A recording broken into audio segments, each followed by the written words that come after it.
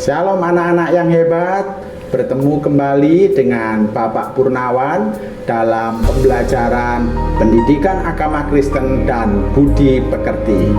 Saat ini kita akan belajar bersama-sama dari pembelajaran yang ke-6, pengorbanan Yesus Kristus. Mari anak-anak, kita akan berdoa terlebih dahulu untuk mengawali pembelajaran kita pada saat ini. Tuhan Yesus, kami bersyukur untuk anugerah keselamatan yang Tuhan berikan kepada kami. Bahkan jika kami saat ini bisa belajar bersama, kami mengucap syukur. Kuasa Tuhan menolong kami dalam pembelajaran saat ini. Tuhan Yesus memberkati. Di dalam nama Tuhan Yesus kami bersyukur dan berdoa. Haleluya. Amin. Anak-anak yang hebat, saat ini kita akan melihat tujuan pembelajaran kita saat ini. Yang pertama, dari pembelajaran saat ini, kalian akan dapat menjelaskan arti pengorbanan Yesus Kristus. Yang kedua, dengan pembelajaran ini, kalian akan dapat menghayati pengorbanan Yesus Kristus melalui sebuah tulisan atau karangan yang berjudul Pengorbanan di Kayu Salib. Yang ketiga, tujuannya adalah kalian dapat mendaftarkan tindakan berkorban bagi orang lain sebagai wujud mengikuti teladan Yesus Kristus. Dan tujuan yang keempat, kalian dapat menyatakan tekad untuk mengikuti teladan Yesus Kristus dalam hal berkorban melalui sebuah karya yang kreatif atau membuat sebuah proyek bersama. Demikian anak-anak tujuan yang akan kita capai dalam pembelajaran saat ini. Selanjutnya, Pak Purnawan akan membacakan firman Tuhan. Mari siapkan Injil kita, firman Tuhan kita akan buka bersama-sama dalam kitab Matius 27 ayat 32 sampai 56. Matius 27 ayat 32 sampai 56. Pak Pur akan bacakan firman Tuhan untuk kalian semua. Perhatikan dengan baik. Ketika mereka berjalan keluar kota, mereka berjumpa dengan seorang dari Kirene yang bernama Simon. Orang itu mereka paksa untuk memikul salib Yesus.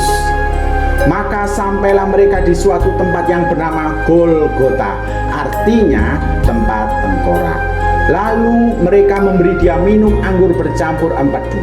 Setelah ia mengecapnya, ia tidak mau meminumnya. Sesudah menyalibkan dia, mereka membagi-bagi pakaiannya dengan membuang undi. Lalu mereka duduk di situ menjaga dia. Dan di atas kepalanya terpasang tulisan yang menyebut alasan mengapa ia dihukum. Inilah Yesus, Raja orang Yahudi. Bersama dengan dia disalibkan dua orang penyamun, seorang di sebelah kanan dan seorang di sebelah kirinya. Orang-orang yang lewat di sana menghujat dia dan sambil menggelengkan kepala. Mereka berkata, "Hai engkau yang mau merubuhkan bait suci dan membangunnya kembali dalam 3 hari, selamatkanlah dirimu jikalau engkau anak Allah.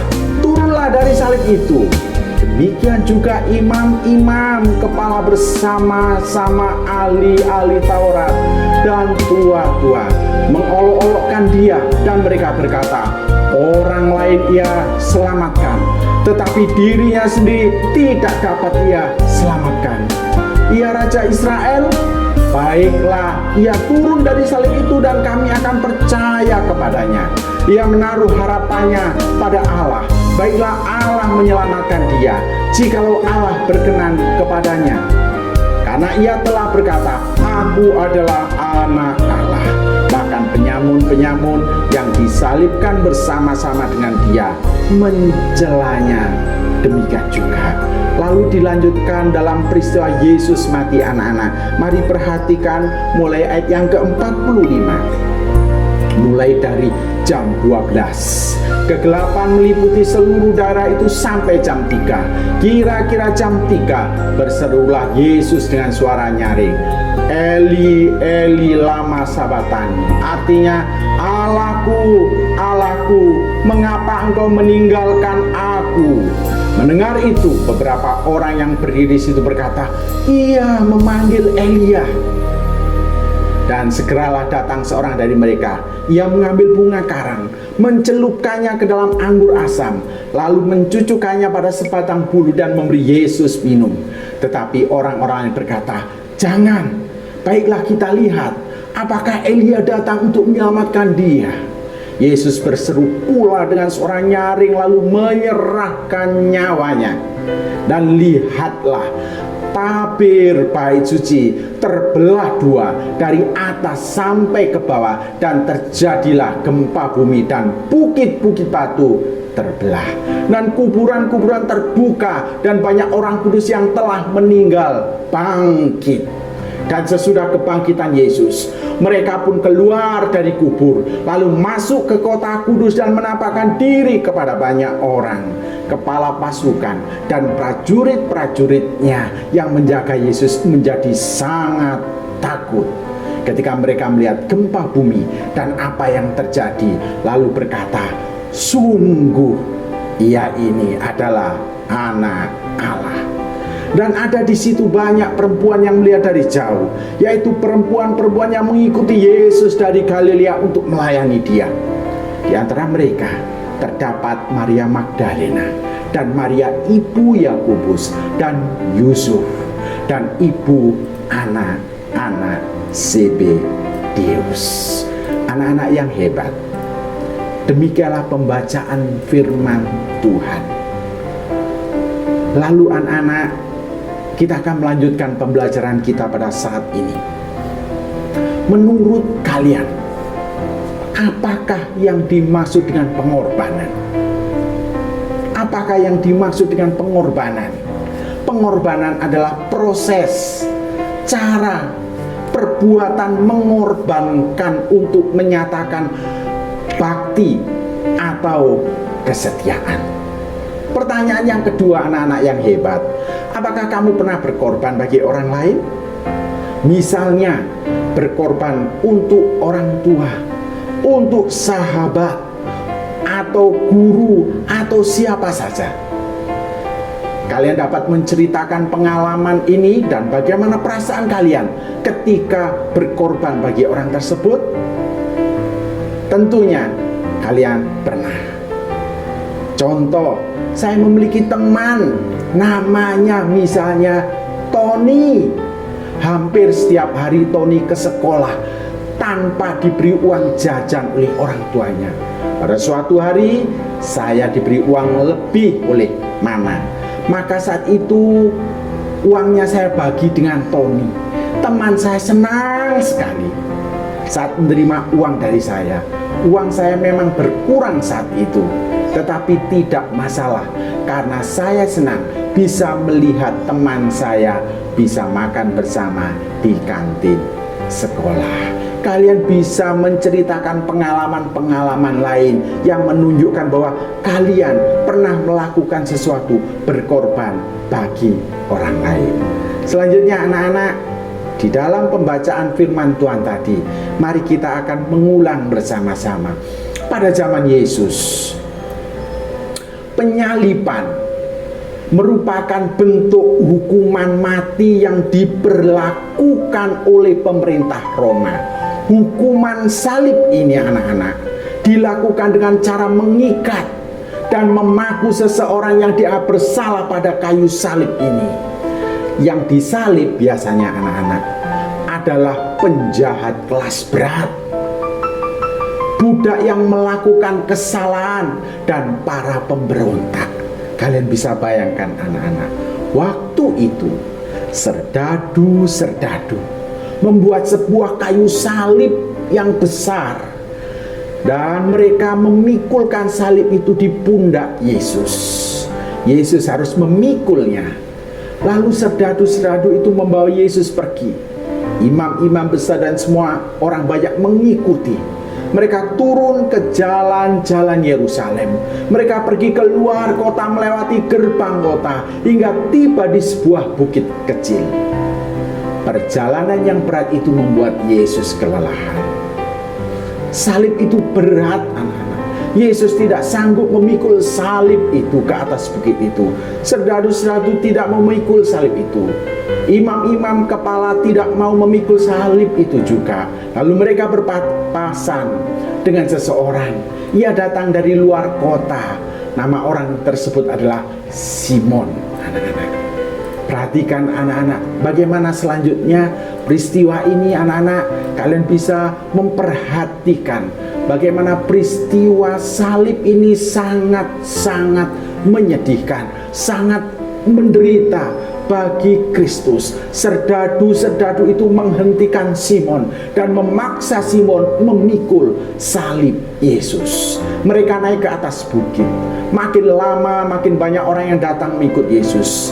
Beberapa sahabat Yesus juga datang. Mereka sangat sedih. Akhirnya mereka sampai di puncak bukit.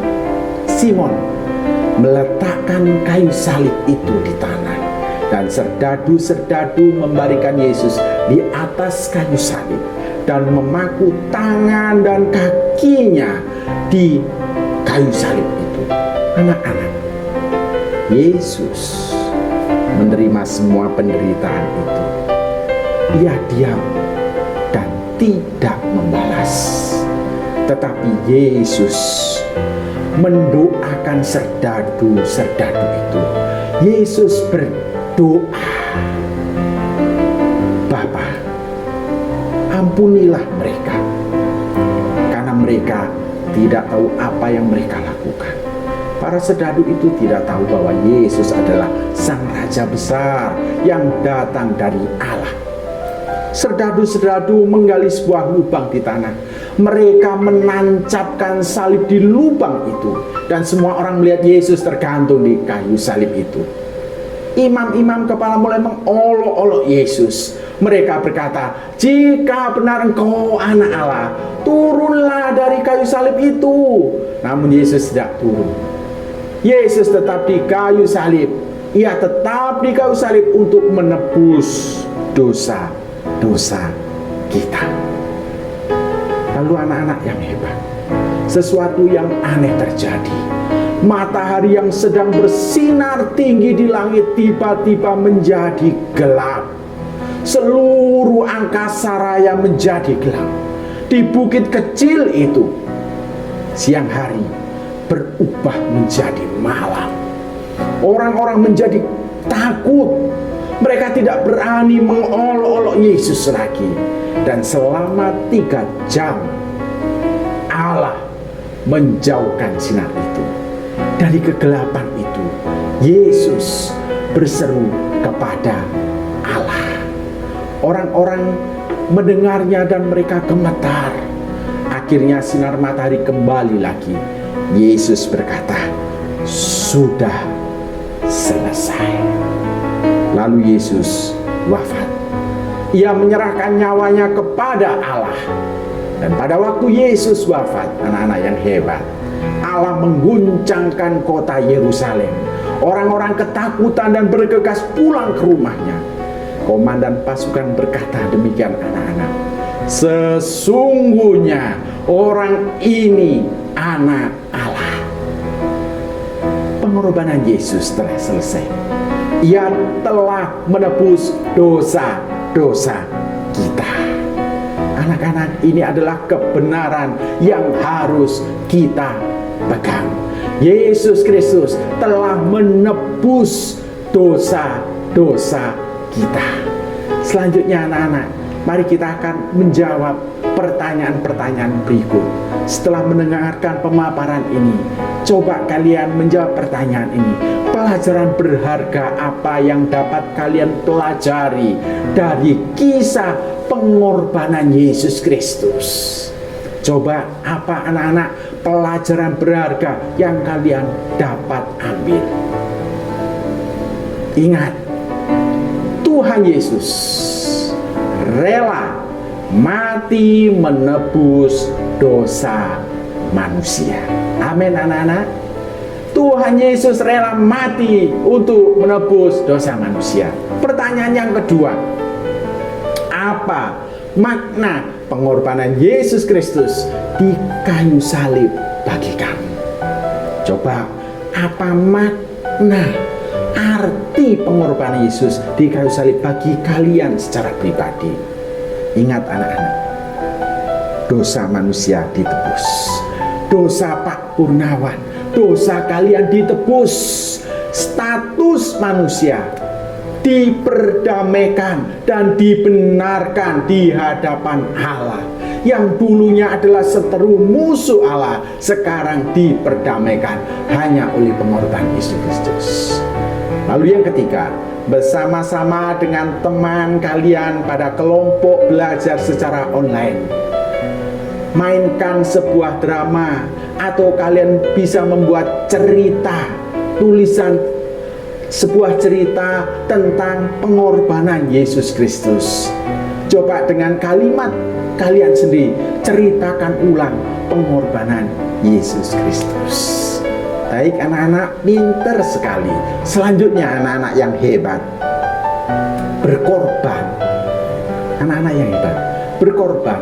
Menurut Kamus Besar Bahasa Indonesia berarti menjadi korban, menderita rugi, atau menyatakan bakti. Berkorban adalah tindakan atau perbuatan yang memang tidak mudah. Mengapa? Karena syarat utama sebuah pengorbanan adalah kerelaan untuk memberi. Ada sesuatu yang harus kita berikan atau korbankan bagi orang lain. Yesus Kristus telah memberikan teladan, contoh yang sungguh luar biasa dalam hal berkorban. Yesus datang ke dunia dan mengorbankan dirinya untuk menyelamatkan dan menebus dosa-dosa manusia. Bagaimana cara Yesus berkorban? Ia berkorban dengan memberikan nyawanya di kayu salib. Salib adalah sebuah tiang tegak, tempat mengikat atau memakukan tubuh orang yang bersalah. Dan Yesus telah menyerahkan dirinya sampai mati di salib. Anak-anak yang hebat, sekali lagi Yesus mau mengorbankan dirinya untuk disiksa, dihina, bahkan hingga mati disalibkan. Mengapa anak-anak? Karena Yesus ingin menyelamatkan manusia yang berdosa.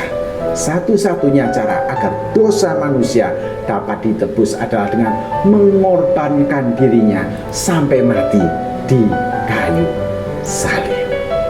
Bukankah luar biasa anak-anak? Bukankah kita menjadi umat Tuhan yang luar biasa? Apa yang harus kita lakukan sebagai rasa terima kasih atas pengorbanan Yesus menebus dosa-dosa kita?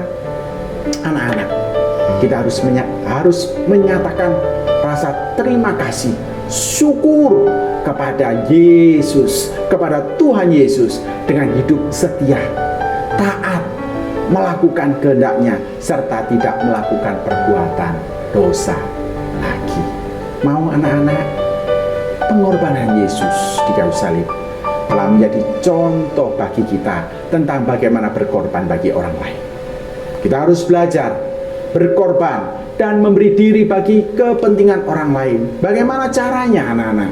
Misalnya dengan cara berbagi makanan kepada teman yang tidak punya, memberi waktu untuk membantu teman yang kesulitan belajar, atau memberi waktu dan tenaga untuk membantu orang tua membersihkan rumah. Tuhan Yesus telah menunjukkan sikap berkorban.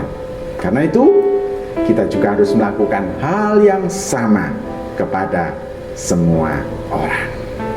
Selanjutnya anak-anak, pertanyaan-pertanyaan untuk menghayati pengorbanan Yesus Kristus. Mari coba kalian akan menjawab pertanyaan di bawah ini. Teladan apa yang dapat kalian pelajari dari kisah Yesus mengorbankan dirinya untuk menebus dosamu dan dosa semua manusia? Teladan apa yang dapat kamu pelajari dari kisah Yesus mengorbankan dirinya untuk menebus dosamu dan semua manusia? Coba jawaban kalian apa? Contohnya adalah teladan kasih, teladan rela berkorban, teladan hidup manusia. Yang kedua, maukah kalian berkorban untuk orang lain seperti yang diajarkan Yesus? Bagaimana caranya? Ya, saya mau. Caranya adalah contohnya dengan membantu teman ketika ada pelajaran yang sulit, memberitahu cara mengerjakannya. Yang ketiga, tuliskan tindakan berkorban yang pernah kamu lakukan dan apa yang dikorbankan. Ada tabel di sini anak-anak, kalian bisa melengkapi tabel ini. Contoh pertama adalah memberi uang kepada penjaga sekolah untuk memberi obat bagi anak yang sedang sakit. Hal yang diberikan berarti uang. Pengorbanannya apa? Uang jajan kita berkurang atau habis. Bisa-bisa kita tidak jajan di sekolah. Yang kedua, membantu menyeberangkan nenek di jalan raya. Hal yang diberikan perhatian, tenaga. Pengorbanannya apa, nak? Tenaga, waktu kita. Contoh yang ketiga, mengangkat teman yang pingsan ketika upacara bendera. Hal yang bisa kita berikan apa? Perhatian kita, tenaga kita. Pengorbanannya apa? Tenaga, waktu. Lalu yang keempat, menghantarkan teman yang sakit ke ruang UKS. Yang kita berikan apa, anak-anak? Perhatian, lalu tenaga. Pengorbanan kita berupa tenaga atau waktu. Yang kelima, contoh berbagi kue atau makanan dengan teman sebangku ketika kita ada di sekolah. Yang diberikan apa? Kue atau makanan. Pengorbanannya materi kita. Contoh yang keenam, berbagi uang jajan kepada teman. Hal yang diberikan uang. Pengorbanannya apa? Materi. Ya, anak-anak.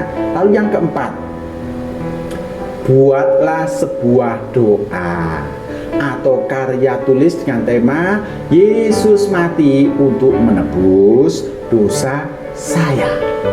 Kalian pasti bisa, anak-anak yang hebat, membuat sebuah doa yang mengungkapkan Yesus Kristus mati untuk menebus dosa saya. Ini sebuah contoh, anak-anak, perhatikan.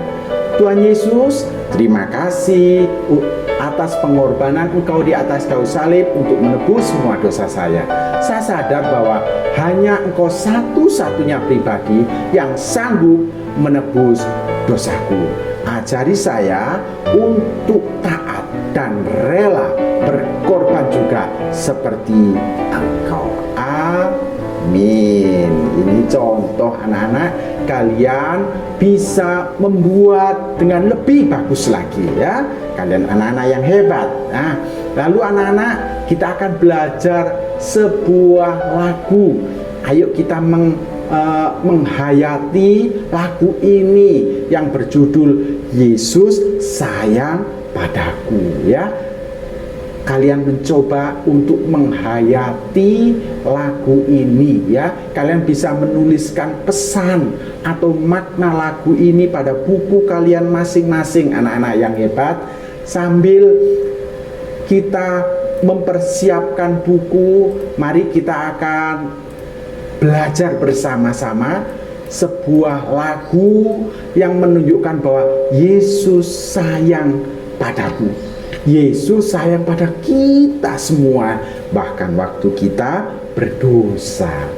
Yuk kita siapkan, kita belajar untuk pujian ini, anak-anak yang hebat. Kita nyanyikan bait pertama dan kedua ya.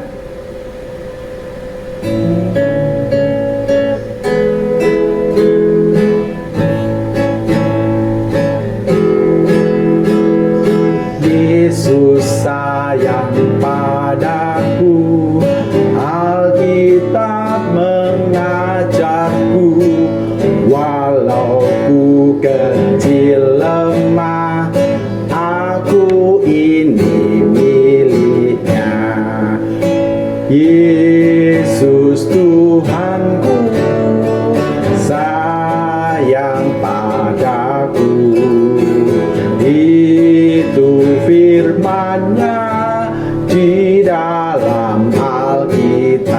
yang kedua.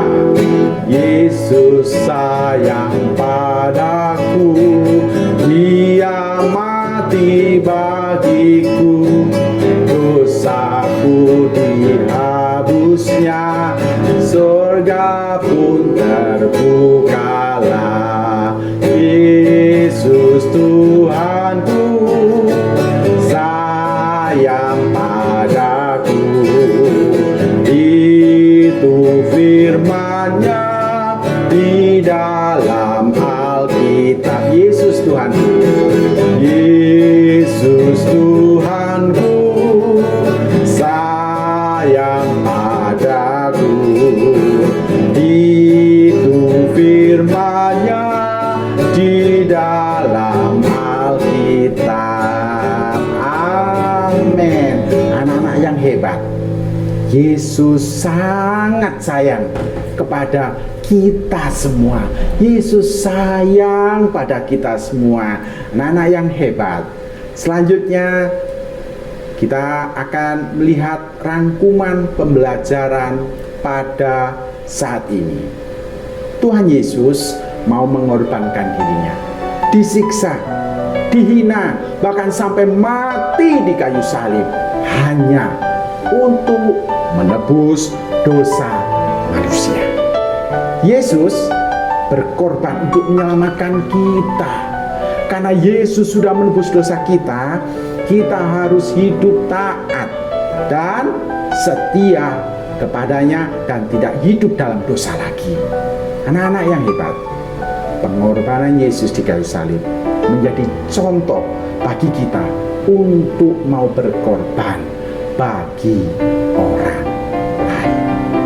Mari kita akan berdoa. Ambil sikap doa. Allah Maha Baik, kami berterima kasih atas pengorbanan Yesus Kristus di kayu salib untuk menebus dosa kami. Tolonglah kami agar selalu taat kepada Allah dan mau hidup berkorban bagi orang lain. Dalam nama Tuhan Yesus Kristus kami mohon. Amin. Oke anak-anak yang hebat, Tuhan Yesus memberkati. Tetap semangat belajar. Amin.